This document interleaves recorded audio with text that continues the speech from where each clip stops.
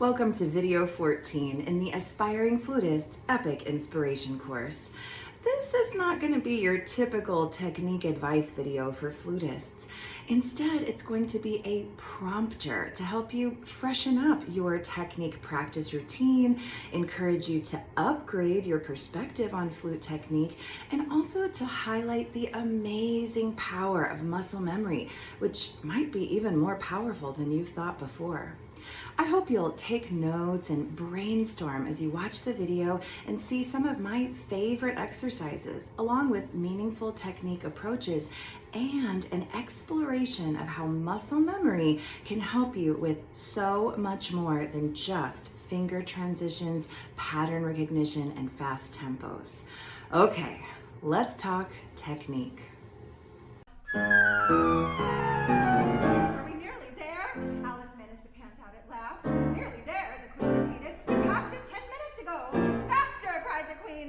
Faster, faster. And they went so fast that at last they seemed to skim through the air, hardly touching the ground with their feet.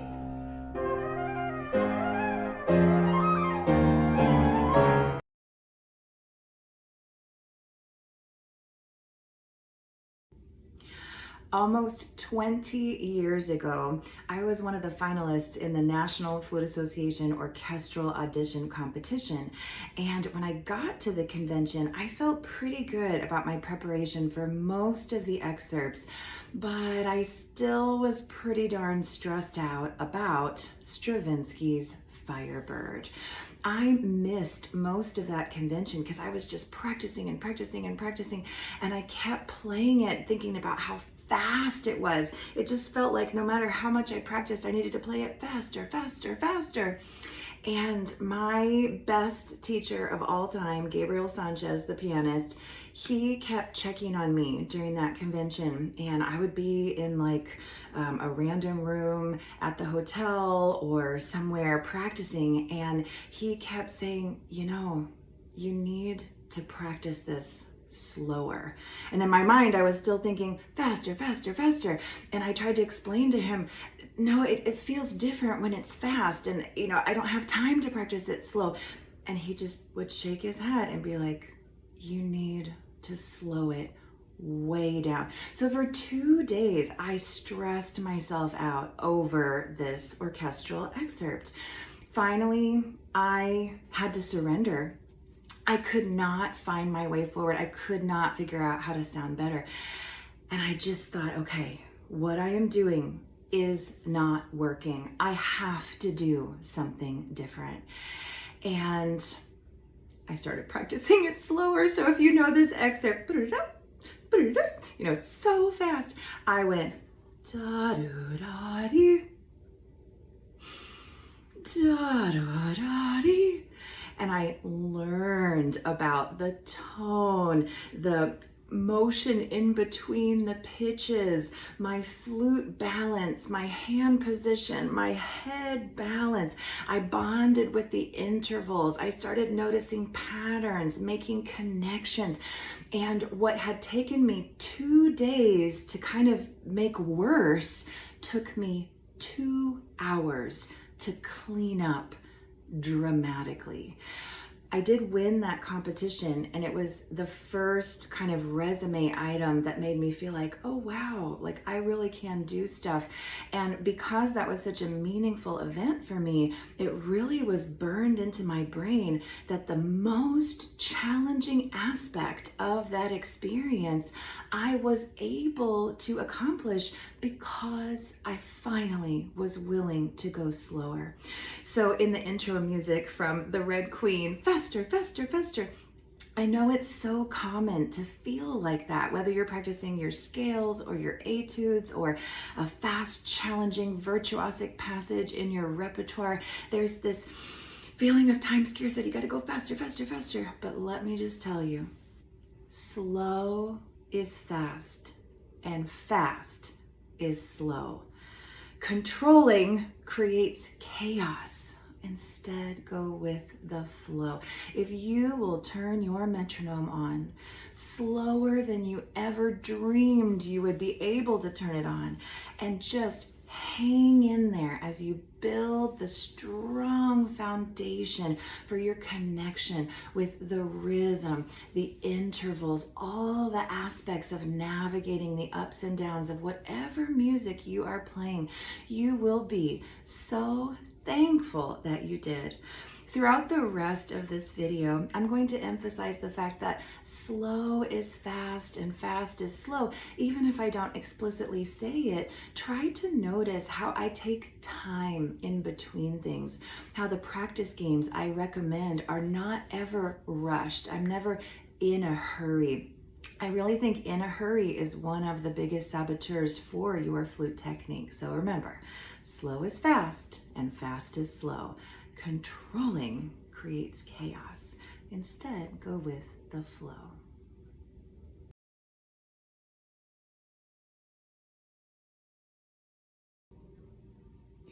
I love practicing with my metronome. Believe it or not, it's so soothing to me to have a challenging passage in front of me and turn my metronome on, start relaxing into the rhythm of the road, feel the groove of the beat, and just start getting my repetitions in. If you're not having as much fun as I am practicing with your metronome, I think it might be because you're not sure how to find your perfect practice tempo.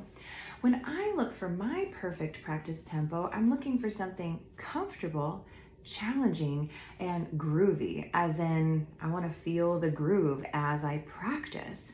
Let me explain. It should be comfortable enough to play accurately. I don't think it's a good idea to play at a tempo where the notes feel like they're flying by you and you're just trying to grab them in survival mode. That will program in inaccuracies and weird habits. So definitely find a tempo that's comfortable enough to play correct notes, correct rhythms, and whatever else your goals are. However, I do think it should be challenging. It should be right at the edge of your ability. If you go too slow, you might get kind of fussy, or you might have so much time to think that you start getting busy brainy. So look for a tempo that, yes, is comfortable enough to play accurately, but also that motivates you just a little bit to heighten your focus and engage with the music. If we're not challenged, we get bored. So comfortable and challenging, just a little bit. And then groovy, it should feel fun. If you're not in a fabulous mood while you're practicing, you should mess around with the tempo and find one that suits you better. Let me show you what that looks like. Let's pretend like I'm about to practice this variation 5 from Karg Ehlert, chaconne number 30, caprice number 30, the chaconne. I love this one because it's like the prize for getting through the other 29. And I'm going to turn my metronome on 60 for the quarter note. Now, when you look at this passage, you might wonder what the time signature is. It theoretically could be 3/4 with triplets just missing the 3s, or a 9/8 with eighth notes. But either way, it's 3/8 notes per click. So I'm just going to do the big beat as my click and start with 60 to see how it feels. So I'm looking for comfortable, challenging, and groovy. I'm feeling the big beat. Now strawberry, strawberry, strawberry. Always getting those subdivisions in before I ever begin.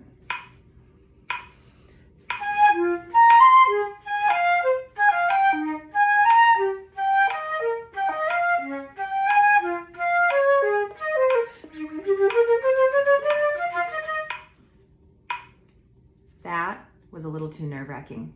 The notes were going by too fast in front of my eyes. Also, I didn't notice I needed to tongue a couple of 16th notes. So obviously, this tempo is too fast for me to be starting at. I'm gonna go ahead and knock it down 10 clicks to 50 for the big beat. Big beat, strawberry, strawberry.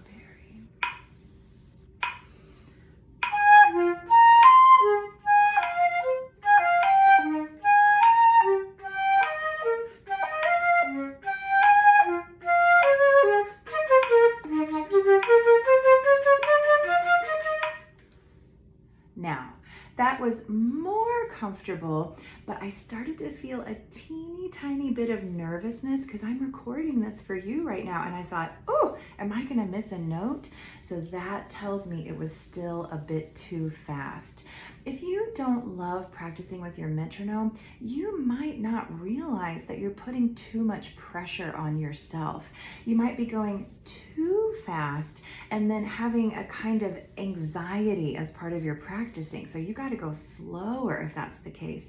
However, maybe you're a very serious music student and you're really determined to do what you're supposed to, and then you might be going too slow, which is making you feel not as engaged with the music. Look for your perfect practice tempo to get started on any technique project. It should be comfortable, challenging, and groovy.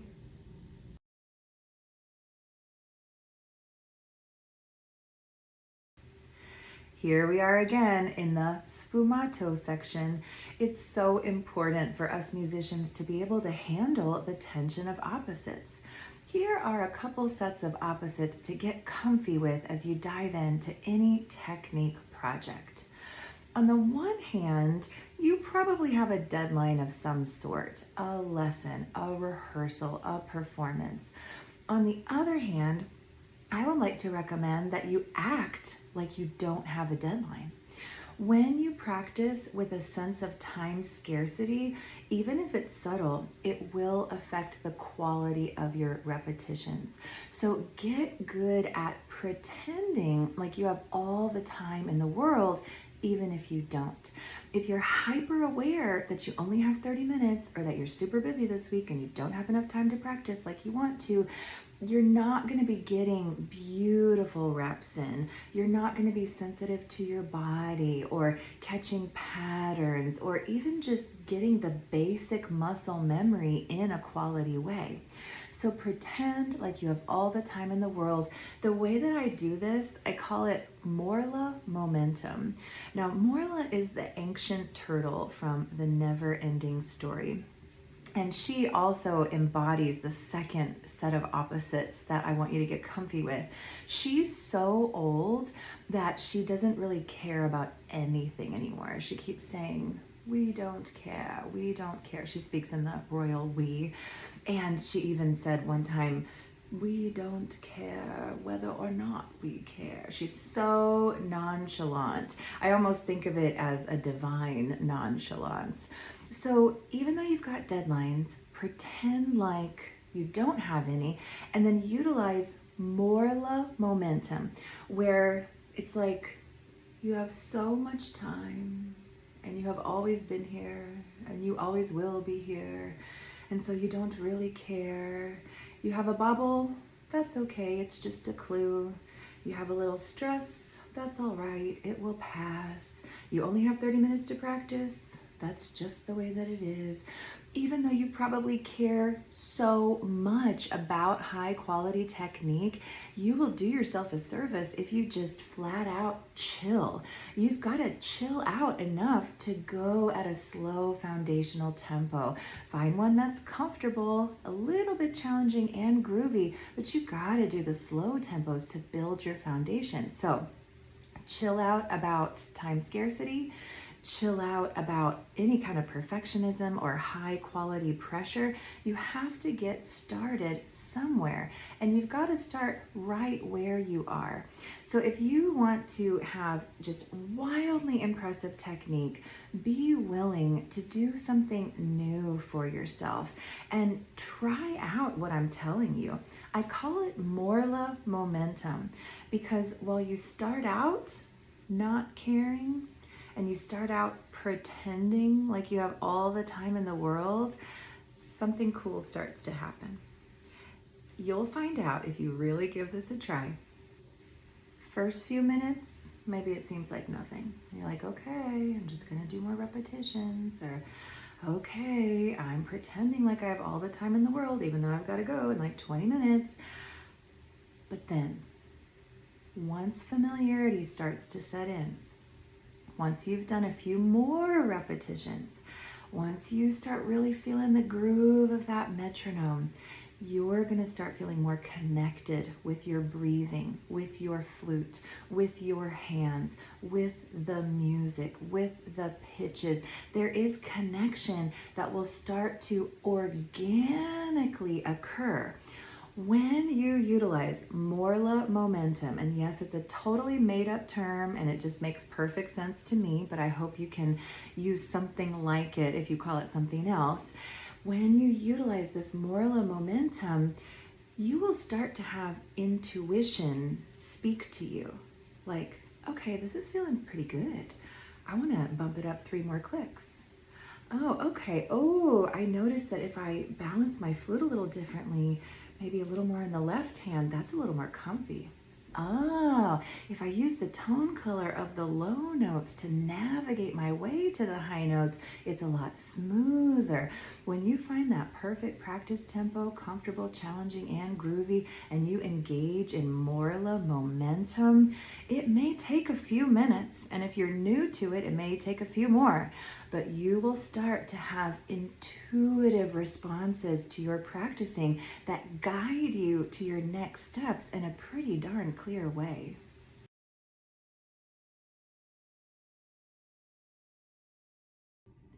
No matter your current playing level, beginner, intermediate, advanced, professional, I truly believe that you, specifically you watching this video right now, can play any technical challenge that you set your mind to, as long as you're willing to do 3 things.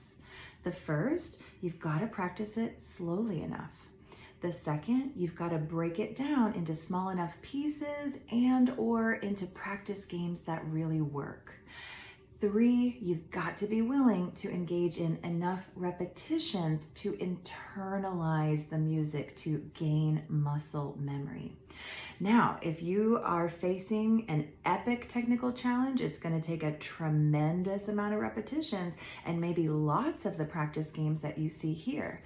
The reason that I wrote all 100 practice games from my first book in chapter 8 on this screen, even though it may look like information overload, is because I wanted you to see how many options you have. And the reason why I wrote 100 practice games times infinity is because you can add your own games. You can do personal variations on the games. You can tweak the games to fit your specific musical context.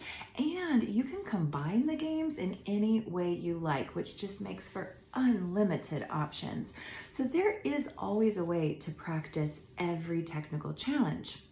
And some of these games are just, they'll blow your mind at how well they work compared to just doing the passage as written over and over again. I'm going to show you my favorites soon. In fact, I would love to show you every single game on this list that you see, but that would make this video incredibly long. So I am going to limit it to my favorites, but do keep in mind, you have so many options for how to go about technical challenges. And so the point of this Collect Your Clues section, my message to you is, there is never, ever, ever, ever, ever, ever a reason to feel stuck.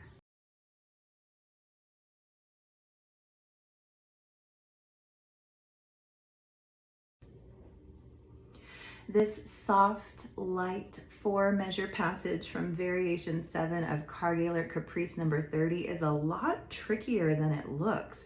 I'm going to use the structure game combined with the backwards game to lay some groundwork, get a little bit of comfort and familiarity before I ever notch up the metronome. Speaking of the metronome, do you remember when we talked about the perfect practice tempo? Comfortable, a little bit challenging, groovy. Remember, 50 was too nervous for me. 45 still had a touch of angst, so I settled on 40 for the big beat as I do preliminary rounds of practice in this chaconne. Here's my metronome with 40 as the click. I'm going to start the structure game with just a very simple round 1 and only play the downbeats, the first 16th of each 4. Now, that's a little trickier than it may look. If you look at the 2 different voices and the way the slurs are offset, I'm going to need my eye of the tiger focused just even for this first round.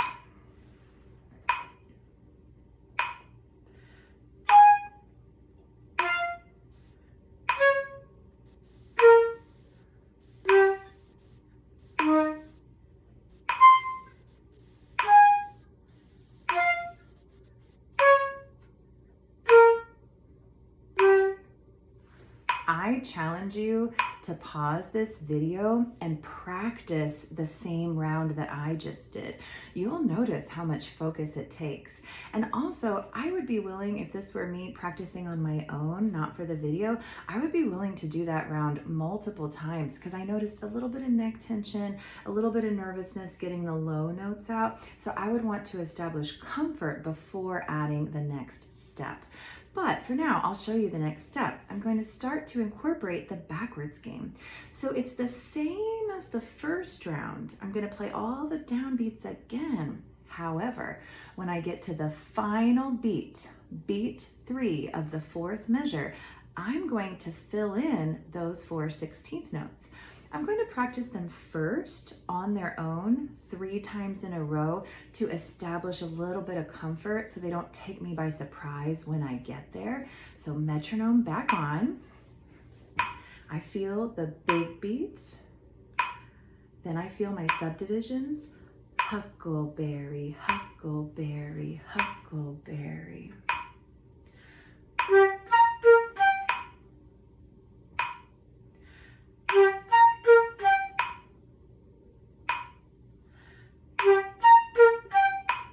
Now, did you notice how I left a couple of clicks in between my 3 in a row? Those little pauses make a huge difference.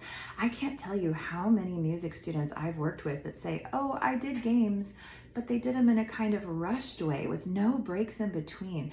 The pauses help the programming. So now, round 1 of structure like we did, but it's the next step where I'm adding in the final beat and I'm ready for it because I practiced that last beat. Again, pause the video and try each step in between.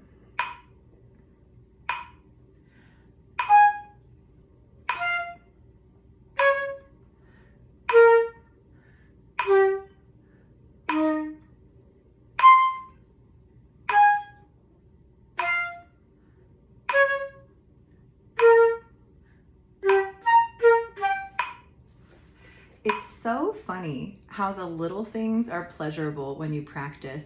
I felt such a sense of, oh, hi, how are you? When I got to those final 4 16ths because I had done them 3 times in a row. They were there to greet me. Versus if I hadn't done that step, I would have maybe been scrambling a bit to go, oh wait, I was supposed to add those. So obviously I could show you every step of this, but that would take a long time, so let me just describe it. You would keep returning to structure over and over again. So as you can imagine, the familiarity would increase because you're going to be doing that a lot. But then the next round, you would fill in another beat. So beats 2 and 3 from measure 4. Then the next one would be the entire measure 4. If you keep yourself on the honor system and don't go on to the next step unless there's comfort, familiarity, and a sense of groove, you will get wonderful results. I hope that you'll take the time to practice this passage with the structure game and backwards game combined, and then share your experience with me in the comments below.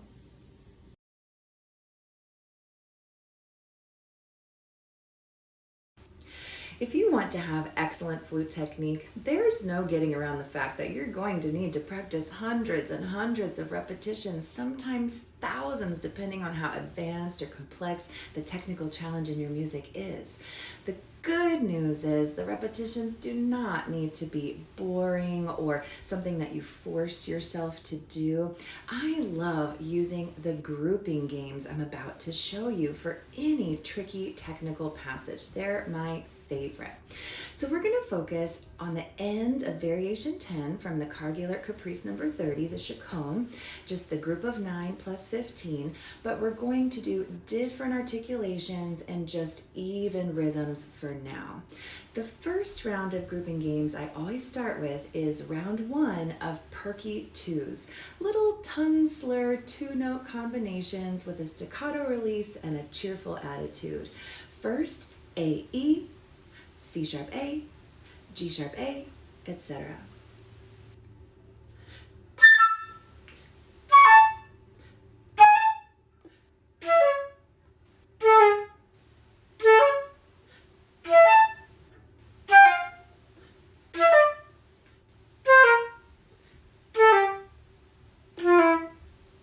Now I can actually do another round of perky twos. If I start on the second note, the E natural, I could do E C sharp, A G sharp, A E, etc. The next game I use in the grouping game set is passionate threes. So it's a tone exercise, it's slower, use vibrato, think lyrically. I'm going to go back to starting on the high A, the first pitch in my little project here, and do 1, 2, 3.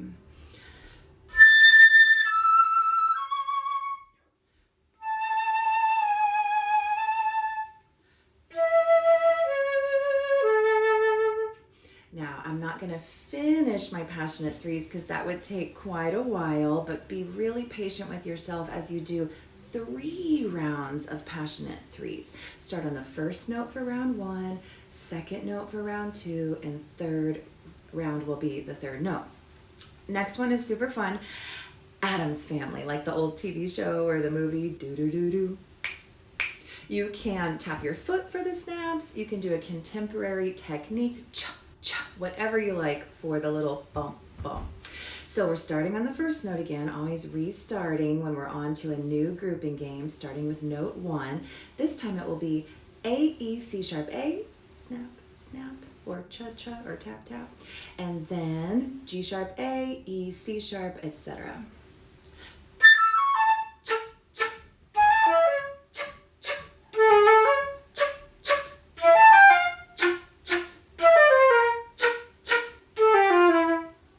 And you can do a at the end if you want to.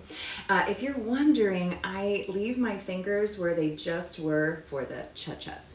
Now, the last set of grouping games is opportunities, groups of 5. And I have a couple of rules for the groups of 5. Say in your mind very clearly each time you play a group, opportunity. Then the second rule is leave a big space. So the space is really key in all of the grouping games because if you just rush through it, there's no real high quality programming going on. So this one's a brain teaser.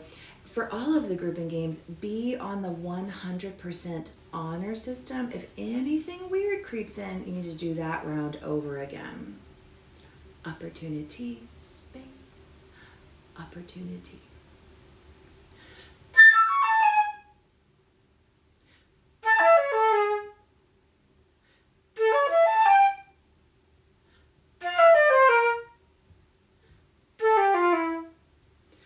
Don't worry if the final group doesn't have 5 notes. You can always be creative with how you adapt these games.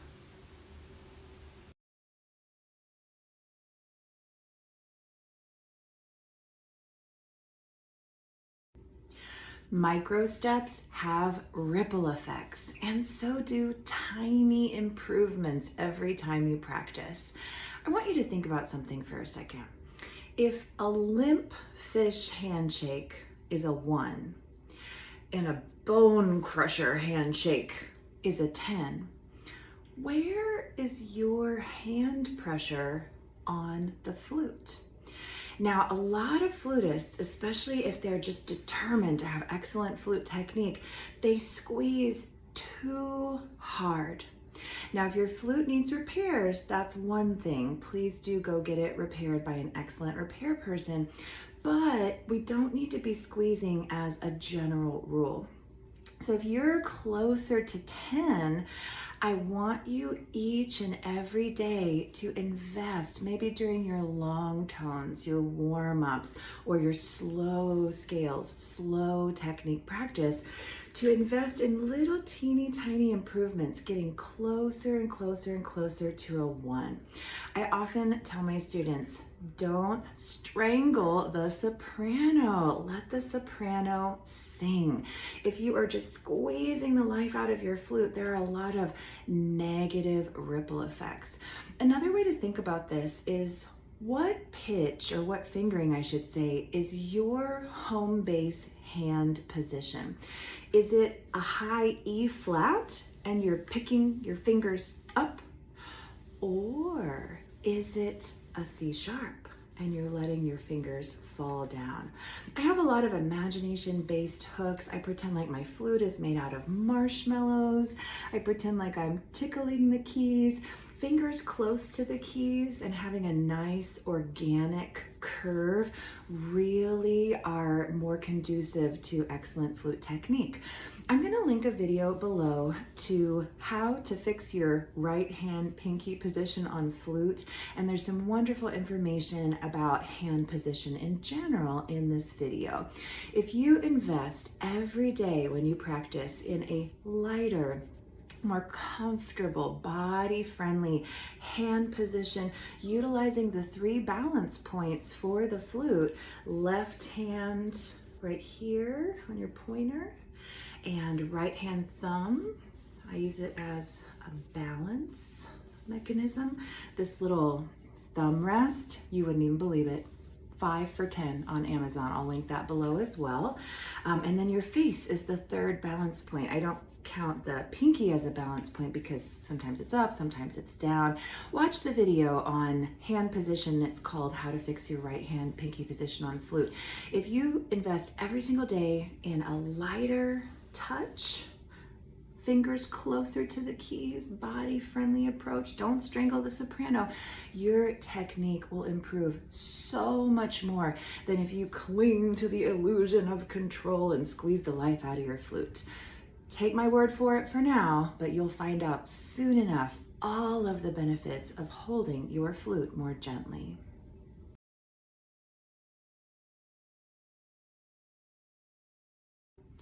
Perfectionist trap alert. If you are practicing in a hurry, filled with tension, just trying to get fast fingers and fast tonguing and be impressive, you're not sounding as great as you may think you are. I can't tell you how many competitions I've judged where the young flutist had wildly impressive technique, but they didn't sound good. Their tone was either airy, fuzzy, messy, or they maybe had an okay tone, but it just sounded like they didn't care about the music at all. Whipping through your technical passages is not the way to go. It is essential for you to relax into your technique practice so that you can listen well. But I've noticed that telling yourself to relax, relax, usually doesn't make you relax. So instead of relax, relax, I recommend distract, distract. Instead of focusing on technique, get your plan going, your slow tempo, your practice games, but then make every technique exercise a tone exercise. One thing I really believe is find your tone and the technique will follow. This is because in order to have a beautiful tone, you must listen to the sound you are making right here, right now in the present moment. And if you're present enough to listen to tone, then you're going to be present enough to pay attention to the details in your technique.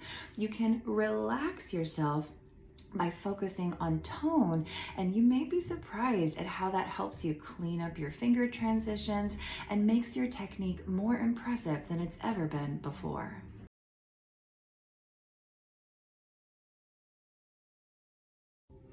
If you want to have amazing flute technique, it's important to pay attention to the details and be radically flexible with your practice games and methods. For instance, let's say you're practicing scales or an etude or a tricky technical passage in your repertoire and you notice a bobble between C and D above the staff. Take a technique timeout and do what I call the wiggle game. It's very easy to do the wiggle game. Wiggle back and forth, or 1, 2, 3, 4, 5. In this case, C, D, C, D, C. Feeling your fingers, listening with care. Second step of the wiggle game, reverse the pattern. Start on the D this time. Then one more time the first way. That little little technique timeout will give you a sense of comfort and familiarity with that finger transition, which will then improve your original practice project. Another technique timeout, radically flexible, pause your current technique and use a different one practice game, is the switch game. Let's pretend like you're practicing a passage that has 16th notes articulated C, D, E, F, G, and back down above the staff. If your tongue and fingers aren't quite together, practice the switch game by playing the C. Then, before you play the D, switch your fingers. Then play the D, then switch your fingers to the E. So it's like play, switch, play, switch. I recommend that you leave your metronome on and maybe do an even 8th note pattern, whatever rhythm makes sense for the context. Watch my fingers and you'll get the idea.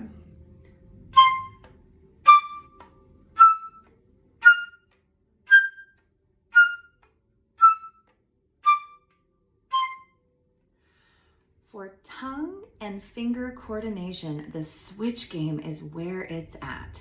So remember, be radically flexible, and if you have a little bobble or your tongue and fingers aren't together, take a technique timeout, do the wiggle game and or the switch game, clean things up, and then get back to it.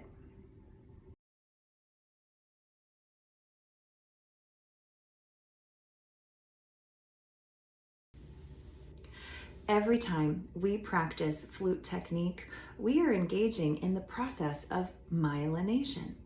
Repetitions thicken the myelin sheath around our neural connections, and we're programming in everything we're doing, not just finger transitions, articulations, and music reading.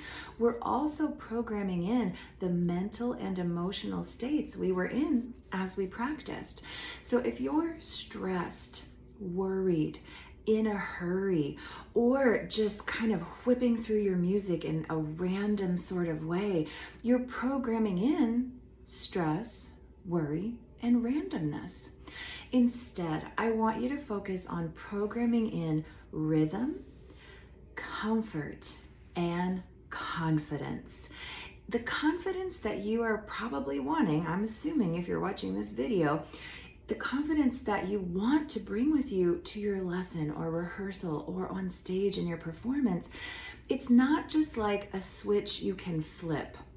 You can encourage yourself to have an energy boost by giving yourself a little pep talk, but real confidence gets programmed in at the detail level.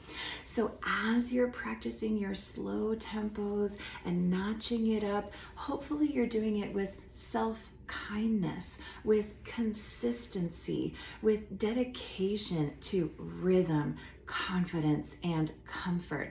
If the notes are just flying by you fast on the page and you feel like you're in survival mode, you are not working toward clean, accurate, confident technique. You're working toward, to put it bluntly, mess.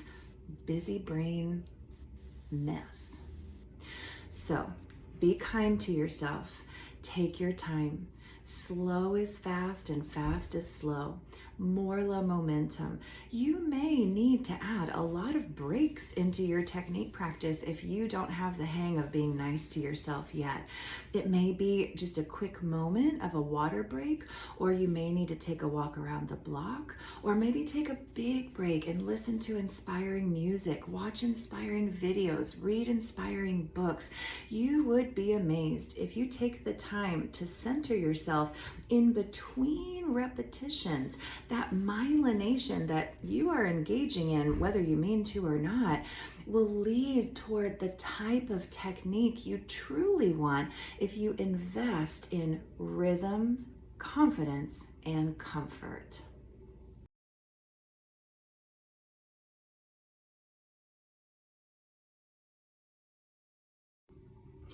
Something I've learned over my many years of practicing, performing, and teaching is that one of the primary sources of daily busy brain is related to not being organized enough with your practice, especially when it comes to practicing for fast tempos and very challenging pieces.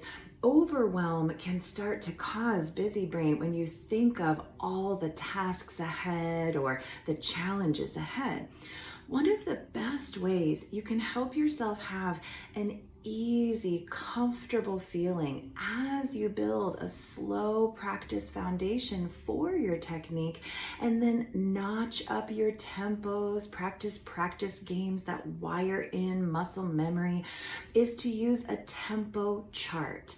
Now, you can design tempo charts any way you like, and I highly recommend that you evolve your strategy with tempo charts as you learn more about what works for you. But I'm going to link below a PDF to just a general tempo chart that you could either print out or use on your iPad and put in sections of your challenging piece or exercise, and then the goal tempos and preferred practice games. Just use this even as a prompter to get started with the idea of a tempo chart. And I think that you'll notice when you have that ready to go in your practice session, there's just this ease where you're like, okay, well, today I need to start at this tempo. And then, oh, it will be fun to go to this tempo tomorrow. Oh, I think this practice game would be good. And then the next practice session, you can just pick up where you left off and you don't have to keep it all in your head. One of the best ways to invest in sing-along surrender when it comes to your technique on flute is to have a clear mind and an easy spirit. So rather than getting overwhelmed with technique tasks, get organized and use a tempo chart.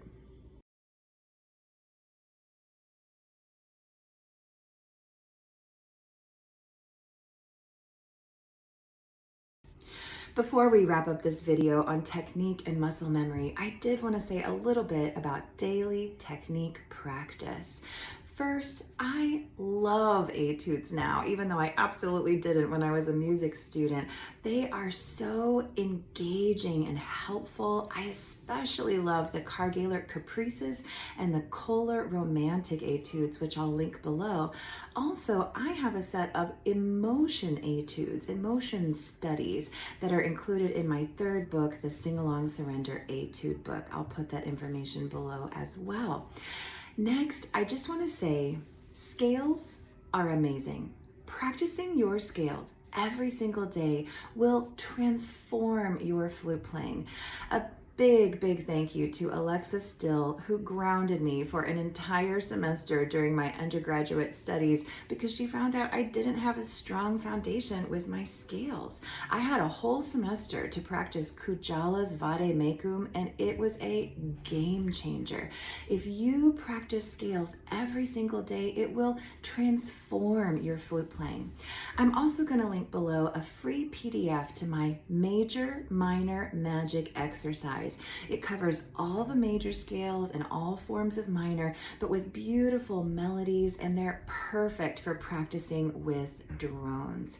Also, if you check out any of my books, especially the second one, the Sound and Scale book, I have all kinds of scale exercises that can be a little bit more entertaining than your typical scale patterns. Are we nearly there? Alice